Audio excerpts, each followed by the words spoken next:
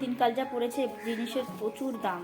তো সকাল সকাল চলে গেছিলাম একটু রাস্তার দিকে, গিয়ে দেখলাম আদা রসুনওয়ালা এসছে, তো 1 কিলো আদা নিয়ে নিলাম, আমার অনেক দিন চলে যাবে আদায়। তারপরে এই যে চলে এসেছি ছাদে। ছাদে এসে দেখো আমার গাছগুলোর কি অবস্থা। তো বলে না আদরে বাদর, তো এবার মাটিগুলোকে বেশি যত্ন করা হয়ে গেছে।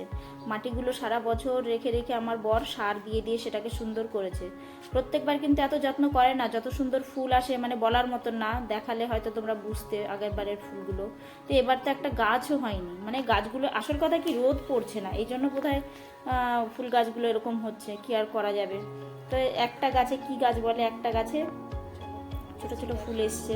তো ওখান থেকে ফুল টুলগুলো তোমাদের দেখিয়ে চলে আসলাম। আর একটা ছাদ আছে, মানে ছাদের নিচে ছাদ, সেই ছাদে চলে এসেছি কিছু পুঁই শাকের বীজ তুলতে। তো দেখো পুঁই শাকের দানাগুলো চচ্চড়ি রান্না করে খেলে খুবই ভালো লাগে, তো সকাল সকাল তুলে নিলাম।